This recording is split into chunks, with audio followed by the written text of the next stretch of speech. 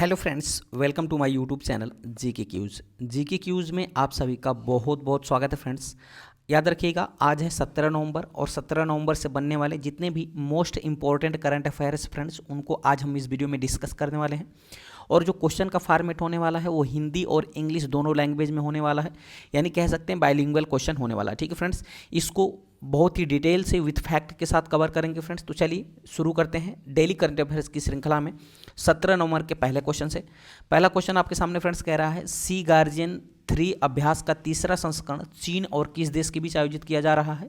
तो फ्रेंड्स चीन और पाकिस्तान के बीच आयोजित किया गया है सी गार्जियन अभ्यास 3। ठीक है, इसको मैं आपको क्यों बता रहा हूँ फ्रेंड्स, क्योंकि ये भारत के लगे सीमा के पास ये युद्धाभ्यास किया जा रहा है, जिस पर भारत की पूरी तरह से नज़र है। ठीक है, तो इस क्वेश्चन का जो विकल्प हो जाएगा, विकल्प नंबर बी बिल्कुल सही हो जाएगा, यानी सी गार्जियन 3 अभ्यास भारत और पाकिस्तान के बीच आयोजित किया जा रहा है इस बार का तीसरा संस्करण। ठीक है, ऑप्शन की बात करें फ्रेंड्स तो मंगोलिया से क्या रिलेट कर सकते हैं? मंगोलिया और भारत के बीच फ्रेंड्स एक युद्धाभ्यास आयोजित किया जाता है जिसका नाम है नोमैडिक युद्धाभ्यास।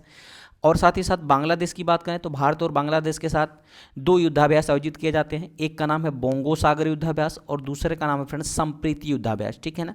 अच्छा, श्रीलंका और भारत की बात करें तो श्रीलंका और भारत के बीच फ्रेंड्स स्लीनैक्स और मित्र शक्ति युद्धाभ्यास को आयोजित किया जाता है, ये भी आपको याद रखने हैं। ठीक है, चलिए अब हम इसको क्वेश्चन को डिटेल से बात करें। अच्छा, इसका आंसर जो होगा फ्रेंड्स वो पाकिस्तान ही होगा, इसको आप विशेष तौर पर याद रखिएगा।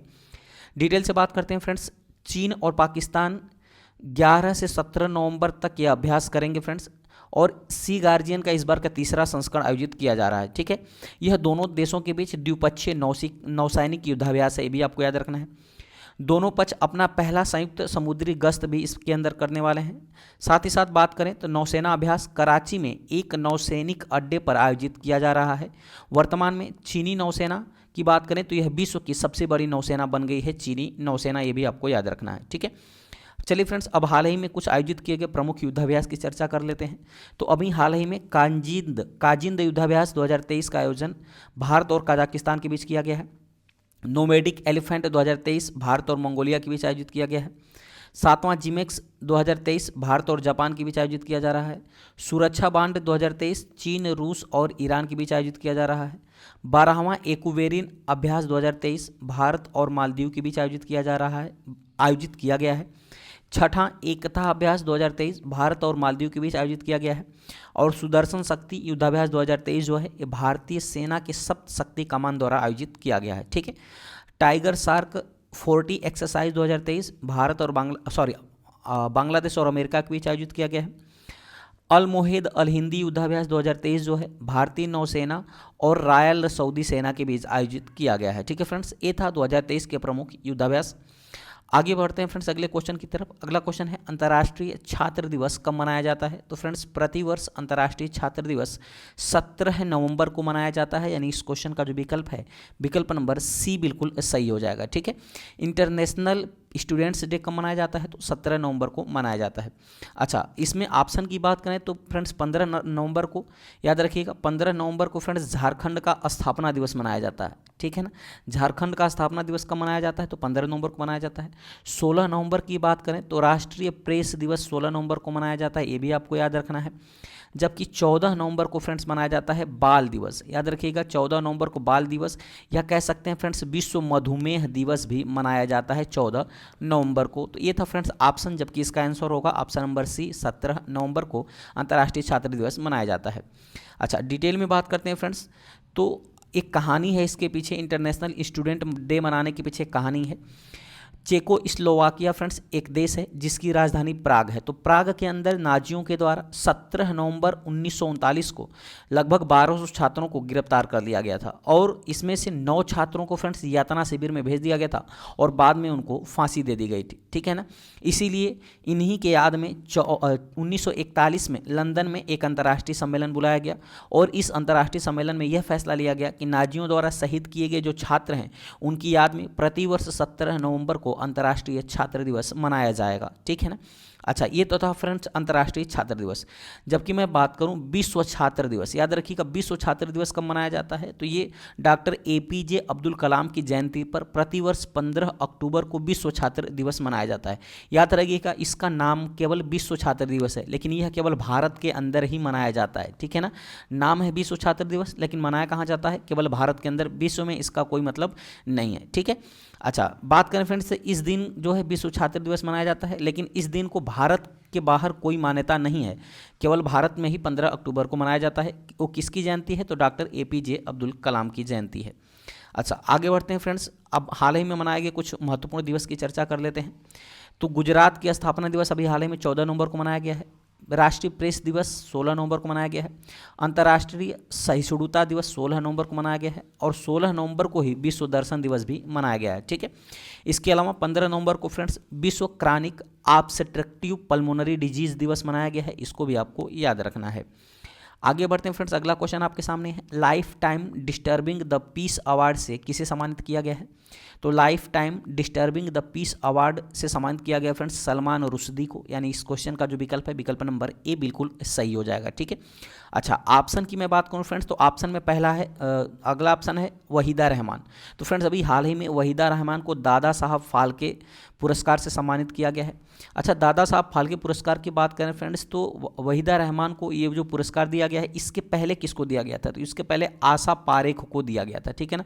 आशा पारेख के पहले किसको दिया गया था, तो आशा पारेख के पहले दिया गया था फ्रेंड्स, याद रखिएगा रजनीकांत को, ठीक है ना। किसको दिया गया था, रजनीकांत को, और रजनीकांत से पहले किसको दिया गया था, तो ये दिया गया था फ्रेंड्स अमिताभ बच्चन को। तो ये था फ्रेंड्स हाल ही में दिए गए चार जो लेटेस्ट चार जो, ठीक है, दादा साहब फाल्के पुरस्कार है, ये भी आपको मैं बता दिया हूँ। अच्छा, अगर बात करें फ्रेंड्स अगले ऑप्शन की, तो डॉक्टर स्वाति नायक को doctor Norman Borlaug field award से अभी हाल ही में सम्मानित किया गया है, और डॉक्टर रवि कन्नन आर को वर्ष 2023 के रमन मैग्सेसे पुरस्कार से सम्मानित किया गया है। हालांकि रमन मैग्सेसे पुरस्कार जो है फ्रेंड्स, ये कितने लोगों को दिया गया है, तो 4 लोगों को दिया गया है, जिसमें से एकमात्र भारतीय हैं डॉक्टर रवि कन्नन आर, ये भी आपको याद रखना है। आगे बढ़ते हैं फ्रेंड्स, डिटेल में बात कर लेते हैं। ब्रिटिश भारतीय उपन्यासकार सलमान रुश्दी को पहले life time disturbing the peace award से सम्मानित किया गया है। उन्हें upper east side Vaclav Havel center का आयोजित एक समारोह में यह पुरस्कार प्रदान किया गया है। Upper east side Vaclav Havel center की स्थापना मानवाधिकारों और स्वतंत्र अभिव्यक्ति की वकालत के लिए 2012 में इसकी स्थापना की गई थी, इसलिए फ्रेंड्स इनको life time disturbing the peace award से सम्मानित किया गया है, ठीक है। चलिए आगे बात करते हैं, अभी वर्ष 2023 के अंतर्गत दिए गए प्रमुख पुरस्कार की चर्चा कर लेते हैं। तो मिस दीवा यूनिवर्स सौंदर्य प्रतियोगिता 2023 का खिताब किसने जीता है, तो श्वेता शारदा, जो कि चंडीगढ़ की रहने वाली हैं। 13वां स्वामीनाथन पुरस्कार 2023 डॉक्टर सुरेंद्र सहगल को प्रदान किया गया है। लोकमान्य तिलक पुरस्कार 2023 जो है फ्रेंड्स पीएम नरेंद्र मोदी को सम्मानित किया गया है। जॉर्ज लेडली पुरस्कार अर्थशास्त्री राज चेट्टी को दिया गया है। एनी अवार्ड को अभी हाल ही में प्रोफेसर थलप्पिल प्रदीप को प्रदान किया गया है। यूके इंडिया अवार्ड को अभी हाल ही में एमसी मैरीकॉम को दिया गया है। यूरोपीय निबंधन पुरस्कार अरुंधति राय को सम्मानित किया गया है। ऑर्डर ऑफ द नाइल जो कि मिस का सर्वोच्च सम्मान है, ये दिया गया है हाल ही में प्रधानमंत्री नरेंद्र मोदी को, ये भी आपको याद रखने हैं, ठीक है। चलिए आगे बढ़ते हैं फ्रेंड्स, अगला है गांधी शांति पुरस्कार किसको दिया गया है, तो गीता प्रेस गोरखपुर को, जो कि उत्तर प्रदेश में पड़ता है, इनको गांधी शांति का 2021 का पुरस्कार दिया गया है। गवर्नर ऑफ द ईयर पुरस्कार शक्तिकांत दास को दिया गया है। डच नोबेल पुरस्कार प्रोफेसर जोइता गुप्ता को दिया गया है अभी हाल ही में। इकबाल मसीहा पुरस्कार 2023 से ललिता नटराजन को सम्मानित किया गया है। चौथे राष्ट्रीय जल पुरस्कार 2022 से गंजम जिला, जो कि उड़ीसा का एक जिला है, इसको सम्मानित किया गया है। अंतर्राष्ट्रीय बुकर पुरस्कार जॉर्जी गोस्पोडिनो को दिया गया है इनके उपन्यास टाइम शेल्टर के लिए। तो वर्ष 2023 का अंतर्राष्ट्रीय बुकर पुरस्कार इनको दिया गया है। वही वर्ष 2022 के अंतर्राष्ट्रीय बुकर पुरस्कार की बात करें तो ये दिया गया था फ्रेंड्स किसको, तो गीतांजलि श्री को, इनकी पुस्तक टॉम्ब ऑफ सैंड के लिए दिया गया है, ये भी आपको याद रखने हैं, ठीक है। अच्छा, Govind Swarup life time achievement award 2022 किसको दिया गया है, तो जयंत नार्लिकर को दिया गया है, ये भी आपको याद रखना है।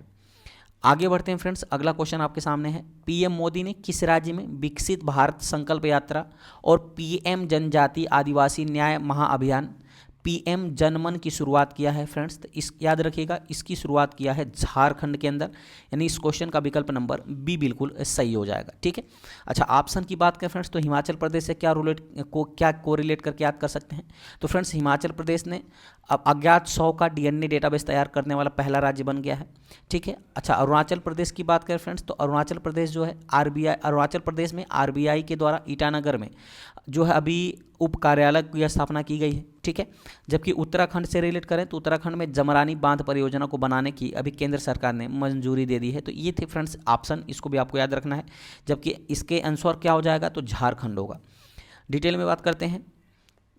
ठीक है, डिटेल में बात करते हैं। प्रधानमंत्री फ्रेंड्स नरेंद्र मोदी ने जनजाति गौरव दिवस जो कि 15 नवंबर को मनाया जाता है, झारखंड के खूंटी में विकसित भारत संकल्प यात्रा और पीएम जनजाति आदिवासी न्याय अभियान के तहत पीएम जनमन की शुरुआत की है। ठीक है।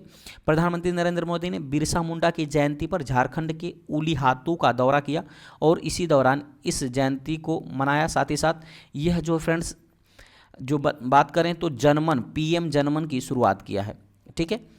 डिटेल में बात करते हैं आगे। पीएम जनजाति आदिवासी न्याय महाअभियान पीएम जनमन का उद्देश्य क्या है? तो इसका उद्देश्य है जनजाति वर्ग के सुविधा वंचित लोगों को सड़क, दूरसंचार संपर्क, बिजली, सुरक्षित आवास, साफ पेयजल, सुलभ शिक्षा, स्वास्थ्य और पोषण के साथ साथ आजीविका का अवसर उपलब्ध कराना इनका मुख्य उद्देश्य है।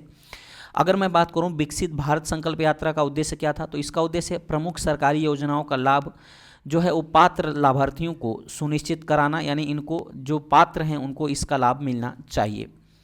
आगे बात करते हैं फ्रेंड्स, बात आती है झारखंड की। तो झारखंड से रिलेटेड कुछ सामान्य जानकारी की बात कर लेते हैं। तो झारखंड की स्थापना 15 नवंबर 2000 को मनाया जाता है। राजधानी इसकी रांची है। मुख्यमंत्री हेमंत सोरेन है। यहाँ के राज्यपाल हैं सीपी राधाकृष्णन। यहाँ पे 82 जो है विधानसभा की सीटें हैं, 6 राज्यसभा की सीटें हैं, लोकसभा की 14 सीटें हैं। साथ ही साथ बेतला राष्ट्रीय उद्यान की बात करें तो ये झारखंड के अंदर स्थित है, ये भी आपको याद रखने हैं। आगे बढ़ते हैं फ्रेंड्स, अगला क्वेश्चन आपके सामने है। केंद्र सरकार ने किसे 6 राज्यों का सीनियर मीडिया कंसल्टेंट बनाया है? तो फ्रेंड्स अभी हाल ही में केंद्र सरकार ने, याद रखिएगा, अमित आर्य को, केंद्र सरकार ने अमित आर्य को फ्रेंड्स 6 राज्यों का सीनियर मीडिया कंसल्टेंट बनाया है, ये भी आपको याद रखना है। ठीक है। बात करते हैं ऑप्शन की फ्रेंड। तो पहला ऑप्शन है संतोष कुमार झा। तो संतोष कुमार झा से आप क्या रिलेट कर सकते हैं? संतोष कुमार झा को फ्रेंड्स कोंकण रेलवे का अभी हाल ही में सीएमडी नियुक्त किया गया है, ये भी आपको याद रखना है। हितेश मकवाना की बात करें तो भारत के नए महासमीक्षक बने हैं हितेश मकवाना। जबकि हीरालाल सामरिया की बात करें फ्रेंड्स तो हीरालाल सामरिया अभी हाल ही में भारत के नए सूचना आयुक्त बने हैं, ये भी आपको याद रखने हैं। तो इस क्वेश्चन का आंसर क्या होगा? इस क्वेश्चन का आंसर विकल्प नंबर डी बिल्कुल सही हो जाएगा, अमित आर्य।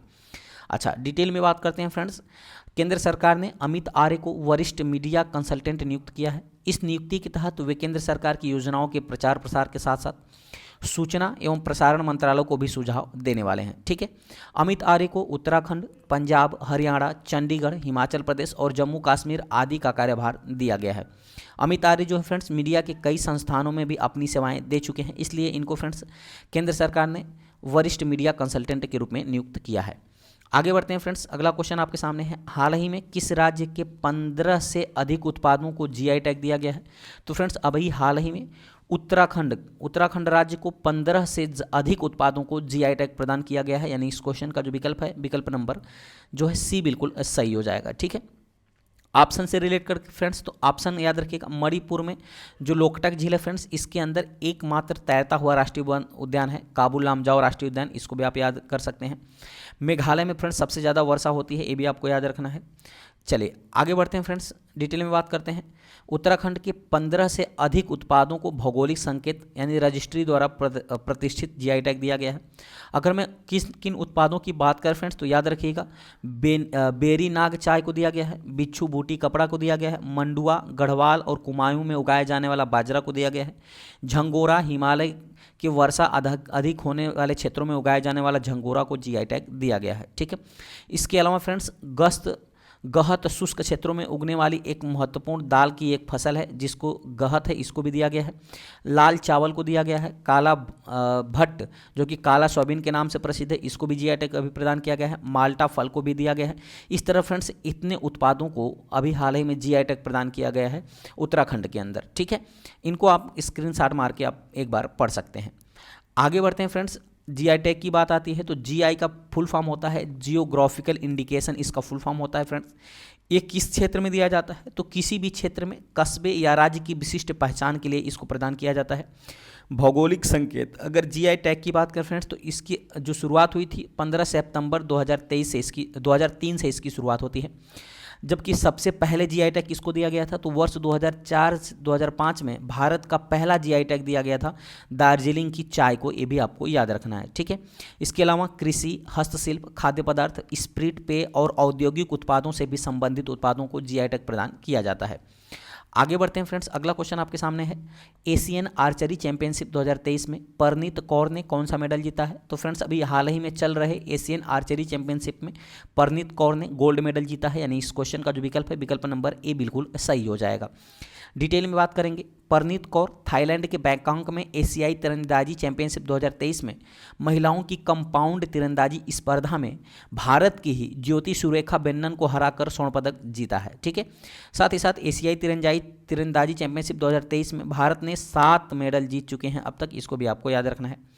आगे बढ़ते हैं फ्रेंड्स, पदक विजेताओं की मैं बात करूं तो परनीत कौर जो कि महिला कंपाउंड में, इनको स्वर्ण पदक प्रदान किया गया है। अदिति स्वामी, प्रियांश मिश्रित कंपाउंड में भी स्वर्ण पदक जीता है। परनीत कौर, ज्योति सुरेखा वेन्नन और अदिति स्वामी जो कि महिला कंपाउंड की बात करें तो ये इन्होंने भी स्वर्ण पदक जीता है। ज्योति सुरेखा वेन्नन महिला कंपाउंड में रजत पदक जीता है। अभिषेक वर्मा पुरुष कंपाउंड में कांस्य पदक जीते हैं। टीसा पुनिया, भजन कौर, अंकिता भाकत जो फ्रेंड्स महिला रिकर्व टीम में कांस्य पदक जीते हैं। जबकि अभिषेक वर्मा, प्रथमेश फुगे, प्रियांश जो कि पुरुष कंपाउंड टीम ने कांस्य पदक जीता है, ये भी आपको याद रखने हैं।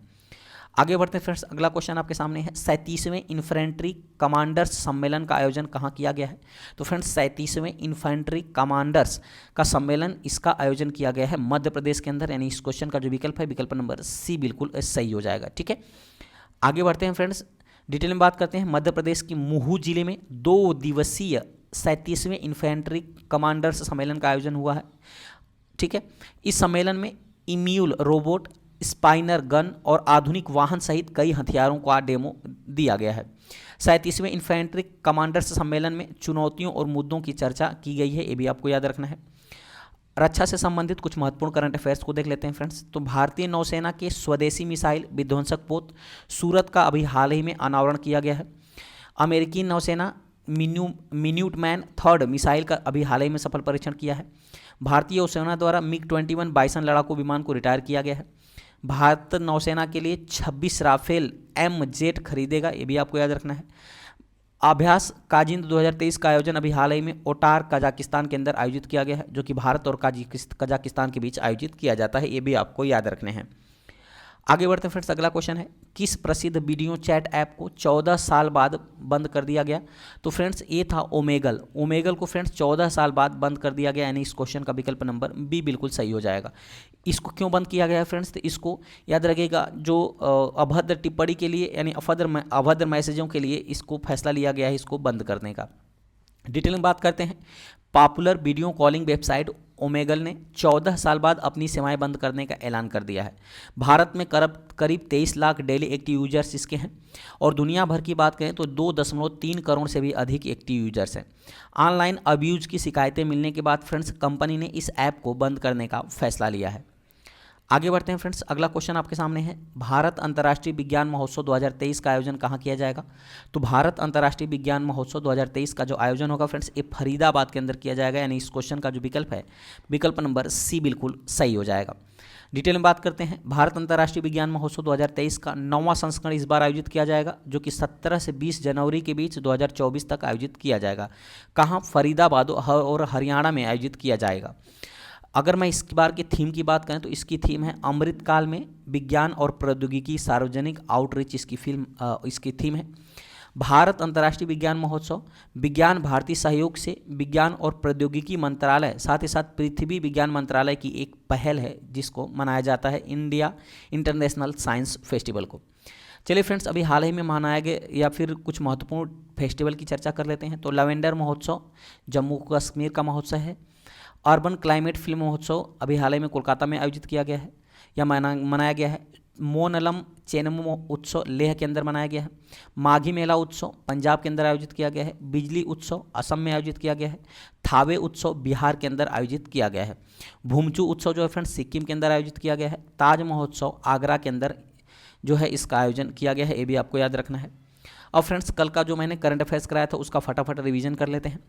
वनडे क्रिकेट में सबसे अधिक शतक बनाने वाले क्रिकेटर कौन बन गए हैं, तो विराट कोहली बन गए हैं। इन्होंने सचिन तेंदुलकर का रिकॉर्ड तोड़कर फ्रेंड्स 50 शतक बनाया है, जबकि सचिन तेंदुलकर ने 49 शतक लगाया था वनडे इतिहास में। ठीक है। सहारा समूह के संस्थापक कौन थे जिनका हाल ही में निधन हो गया, तो सुब्रत राय का भी हाल ही में निधन हुआ है। भारत और किस देश ने ईगला एस एंटी एयरक्राफ्ट मिसाइलों की आपूर्ति के लिए एक समझौते पर हस्ताक्षर किया है, तो भारत और रूस के बीच यह समझौता हुआ है। अगला प्रश्न है किस देश में दुनिया का सबसे तेज इंटरनेट लॉन्च किया है, तो चाइना ने। चाइना की जो हुआवेई कंपनी है जो फ्रेंड्स इसके द्वारा इसको लॉन्च किया गया है। आसियान रक्षा मंत्रियों की बैठक प्लस किस देश में आयोजित की जाएगी, तो इंडोनेशिया के अंदर आयोजित किया जाएगा। आईना डैशबोर्ड फॉर सिटीज पोर्टल किस मंत्रालय ने लॉन्च किया है, तो आवास और शहरी मामलों के मंत्रालय द्वारा लॉन्च किया गया है। गृह मंत्रालय ने 9 मैती चरमपंथी संगठनों को कितने साल के बैन किया है, तो 5 सालों के लिए बैन कर दिया है। अगला प्रश्न है मार्गन स्टेनली के अनुसार फाइनेंशियल ईयर 2024 और फाइनेंशियल ईयर 2025 के लिए भारत की विकास दर कितने % रहने वाली है, तो 6.5%। माउंट एवरेस्ट के पास 21,500 फीट से स्काई डाइव करने वाली पहली महिला कौन बन गई हैं, तो शीतल महाजन बन गई हैं। जनजातीय गौरव दिवस कब मनाया जाता है, तो प्रतिवर्ष 15 नवंबर को जनजातीय गौरव दिवस मनाया जाता है, ये भी आपको याद रखने हैं। और फ्रेंड्स अनुच्छेद की श्रृंखला को आगे बढ़ाते हुए आज हम बात करने वाले हैं अनुच्छेद 77 की। तो अनुच्छेद 77 के अंतर्गत भारत सरकार के कार्य का संचालन संबंधित उल्लेख है। अनुच्छेद 78 में राष्ट्रपति को जानकारी देने के लिए प्रधानमंत्री के कर्तव्य का प्रावधान किया गया है। अनुच्छेद 79 के अंतर्गत संसद के गठन का उल्लेख है। और अनुच्छेद 80 में राज्यसभा का उल्लेख किया गया, इसको भी याद रखिएगा। 81 में लोकसभा का उल्लेख है। और 82 में प्रत्येक जनगणना के बाद सीटों का पुनः समायोजन का प्रावधान किया गया है। अनुच्छेद 83 के अंतर्गत संसद के सदन की अवधि का उल्लेख किया गया है, जबकि अनुच्छेद 84 के तहत संसद की सदस्यता के लिए योग्यता का प्रावधान किया गया है। अनुच्छेद 85 में संसद के सत्र, सत्रावसान और विघटन के संबंधित उल्लेख है। 86 के अंतर्गत राष्ट्रपति का संसद में अभिभाषण और संदेश भेजने का अधिकार है। 87 में राष्ट्रपति का विशेष महाअभिभाषण का प्रस्ताव जो है फ्रेंड्स इसमें वर्णित है। संसद के साधनों में मंत्रियों और महान्यायवादी के अधिकार का उल्लेख किया गया अनुच्छेद 88 के अंतर्गत। अनुच्छेद 89 के अंतर्गत राज्यसभा का सभापति और उपसभापति का उल्लेख किया गया है, जबकि अनुच्छेद 90 के तहत राज्यसभा के उपसभापति का पद रिक्त होना, परित्याग देना या फिर पद से हटाए जाने का उल्लेख किया गया है। और अनुच्छेद 91 में सभापति के रूप में कार्य करने तथा कर्तव्य का पालन करने की उपसभापति या अन्य व्यक्ति की शक्ति का उल्लेख किया गया है। तो ये थे फ्रेंड्स प्रमुख अनुच्छेद। चलिए आज का क्वेश्चन आपके लिए है जिसका आपको कमेंट में आंसर करना है। क्वेश्चन है सीपी राधाकृष्णन किस राज्य के गवर्नर हैं फ्रेंड्स, तो 4 ऑप्शन आपके सामने है। पहला है झारखंड, दूसरा है पश्चिम बंगाल, तीसरा है उड़ीसा, चौथा है त्रिपुरा। इसमें आपको चारों में से कौन सा ऑप्शन सही होगा कमेंट करके आंसर में बताना है फ्रेंड्स। साथ ही साथ ये बताना है कि डेली करंट अफेयर्स की श्रृंखला आपको कैसी लगती है फ्रेंड्स। तो चलिए ऐसे ही मज़ेदार कंटेंट के साथ कल की करंट अफेयर्स की श्रृंखला के साथ मिलते हैं। तब तक के लिए बहुत बहुत धन्यवाद। Thanks for watching. अगर अच्छा लगे फ्रेंड्स तो चैनल को सब्सक्राइब करते हुए बेल आइकन दबाना मत भूलिएगा, ताकि जो भी मैं वीडियो अपलोड करूंगा उसका नोटिफिकेशन आपके पास पहुंच सकेगा।